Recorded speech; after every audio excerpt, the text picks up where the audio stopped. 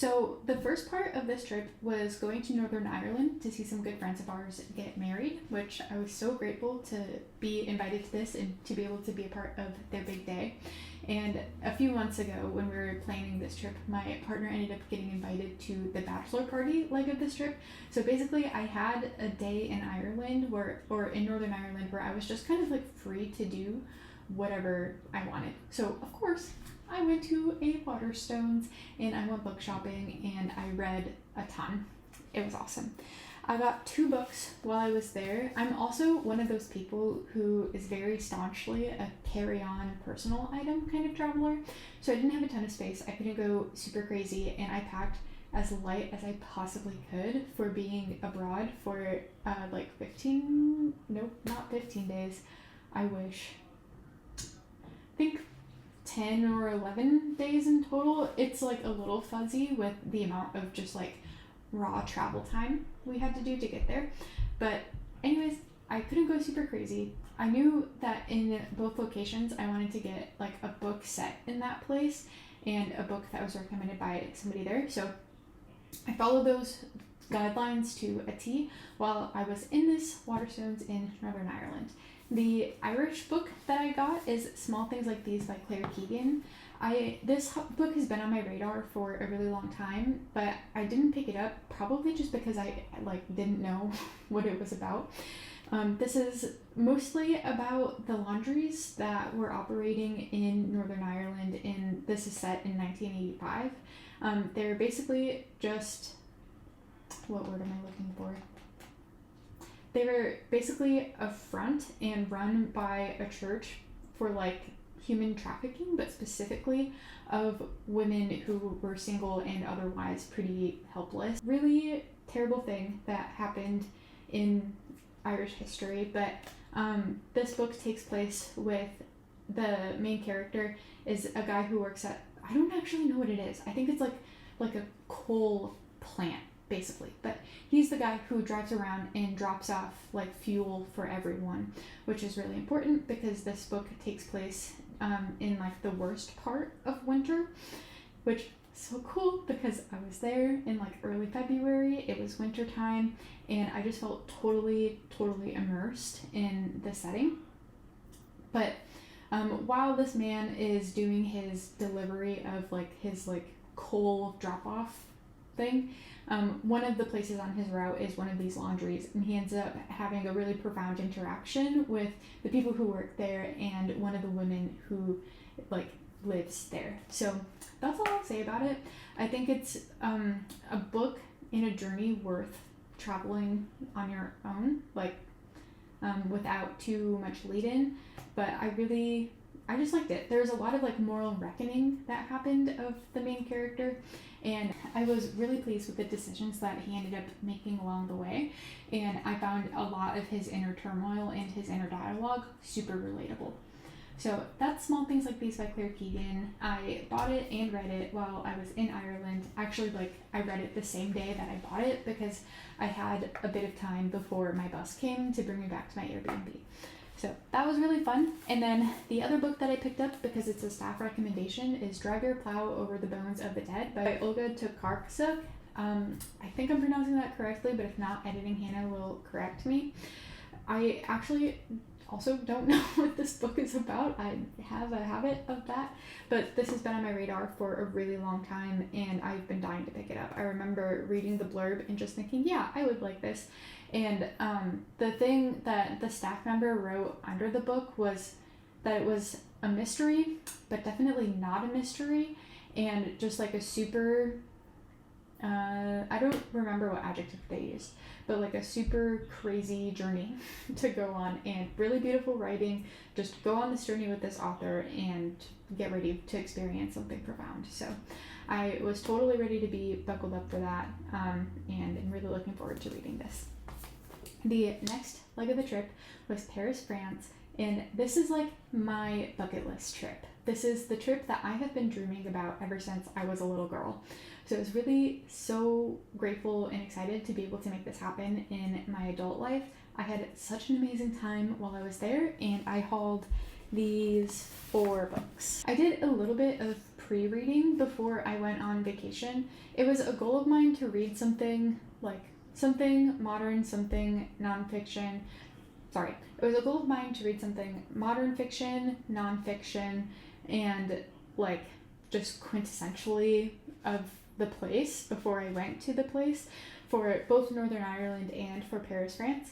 But I did none of that. I read exactly one magazine, and it was the Paris Review, which doesn't actually have a ton to do with Paris, but its headquarters are there, which is why it's called the Paris Review. In reading that, though, they did a really great interview from this London-based poet named Alice Oswald. So while I was there, I ended up picking up a copy of her poem Nobody. I really enjoyed this. She does a lot of really good nature-inspired imagery, and it made me realize I think that the only poetry that I have read is the iPhone Notes app poetry. I read a lot of Ruby Kaur, and I feel like Ocean Vuong also kind of reads that way, but those are the two poets that I've read the most from, and so I kind of just thought that all poetry was like that.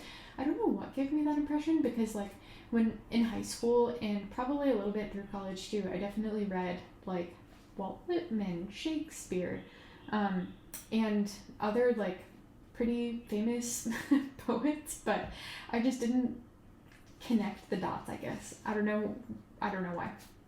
But Nobody I thought was beautiful. I thought it was really well done. I ended up having just the impression that I got of her when I read her interview in Paris Review was so positive, and it seemed like I would definitely vibe with her writing style and the themes in her poetry, and 100% that was true through and through. Somebody described it as reading Nobody is like watching the ocean. I think it's what it says on the front cover, and I remember totally agreeing with that. I think a lot of her work was inspired by this body of water that she lived near. And if it's about the ocean, if it feels like I'm experiencing the ocean, I'm pretty prone to loving it. So I really like this. I'm very excited to read more of Alice Oswald in the future. I don't remember where I got this from. I think I got this specifically from Shakespeare and Company. I think 3 of the books I got from Shakespeare and Company, and this is one of them. Another from Shakespeare and Company, this is the book that was recommended by a staff member who works there. It is Romance in Marseille by Claude mcKay. I might pick this one up next. I heard that it's I was reading summaries or reviews about it literally earlier today, but it's jazz age, queer relationship. There's a little bit of,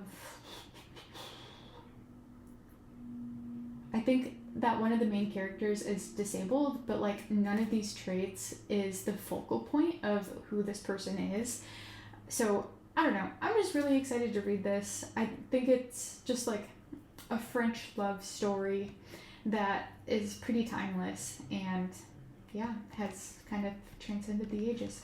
So super looking forward to picking this up. The thing that particularly drew me to this book based on the recommendation was the author, or the person who wrote the recommendation, mentioned that life is really hard for Black people in America, and so a lot of Black people from America immigrated to France just to live a little bit better of a life. I don't know what time period this takes place in. I think jazz age, so the 1920s. So all of this makes a lot of sense to me. I thought it would just give me a totally new perspective that I haven't experienced yet. So super looking forward to picking this up pretty soon. I have a couple of library books I need to get through first. The next book that I got from Shakespeare and Company, I won't talk too much about, but it's Reminiscences of Tolstoy, Checkov, and Andreyev by Maxim and Gorky. This is based on Virginia Woolf and her husband's work called Reminiscences of Tolstoy. I've been meaning to read the Russian classicists for a really long time, but I thought, what better than actually just sitting down and reading the books than reading a book about the books. But for some reason, I've been super curious about authors and their lives. Something made me think of this, and it wasn't the anecdote I'm about to tell you, and if I remember what it is, I'll say it. But I volunteer at my local library. If this is an opportunity available to you, you should totally go for it. I just show up whenever I want grab a cart and reshelf books from the recent returns, which is a super awesome system and super easy to like be a part of. I just try to do like literally 1 hour a week. But if you do this, you get first dibs on the returns, and you also get exposure to a lot more of the library than what you would like normally gravitate towards. Normally, I do the sci-fi aisle and the new releases because there's only one aisle of sci-fi and there's only one shelf of new releases, and anything else I get way too overwhelmed if I don't have like very precise direction. If I'm not going for like a specific title, I usually won't go through the rest of the library. So not a great place for browsing for me. In this, I'm reshelving books. And recently, I reshelved 2 books on writing from different authors that I like knew the name of. One of them was Murakami, which I couldn't believe, but it was like Murakami wrote a book on how to professionally write, like not like make your writing sound better, but how to get paid. And I just never would have known that if I did not reshelve books. And I also just think that's crazy. Like, I don't know why the like category of people who write books about writing is very different in my brain from the people who actually publish books. But actually, they're the same people, which makes the most sense ever. So anyways, I've been really interested just to learn more about authors and their lives. And so many things in my life have kind of been pushing me in that direction. So I'm really glad that I got this. I don't know when I'll pick it up. Okay, and then the last book that I got in France was actually also the only book that I finished reading that wasn't a part of this stack, and it is The Hunchback of Notre Dame by Victor Hugo. I got the French version because one of my other life goals is to become fluent in French. So I would love to be able to read this someday. I kind of bought it a little bit aspirationally for myself. It's like nice to have something tangible to be working towards. And I bought this from Victor Hugo's house, which I thought was pretty cool. Okay, the framing has changed just ever so slightly because I forgot to include a book. And also I needed to refilm the outro because when my computer went to sleep, it stopped recording. So anyways, I forgot to mention A Portrait of a Londoner by Virginia Woolf. I picked this up and read it like immediately as soon as I bought it. I thought it was cool, cute. This is mostly just me going towards my goal of reading the like canon of Virginia Woolf. But also I bought this because it was on a shelf of books for people who want to learn French, who already know English. Other books on the shelf had English on the left page and then French on the right page. And I was like, that's so cool. Let me just pick this up because it's Miss Virginia Woolf and I want to read it anyways. Turns out my book doesn't do that and just translates randomly a few words. So kind of a bummer. I should have opened it before I bought it, but I enjoyed it. I thought it was cool because me being in a city that I'm not super familiar with, it made me think about what I would write if I was writing like Portrait of a Parisian kind of thing. So that just kind of added a whole new perspective to it. And it was like a cool, cute little slice of life. If I'm being honest, I don't really remember how it ends. I think this is kind of about one specific Londoner who like takes a lot of guests into her living room and kind of like is the who's who kind of gal. So I don't know, reading this, it's like to know, you can't claim to know London unless you know this person.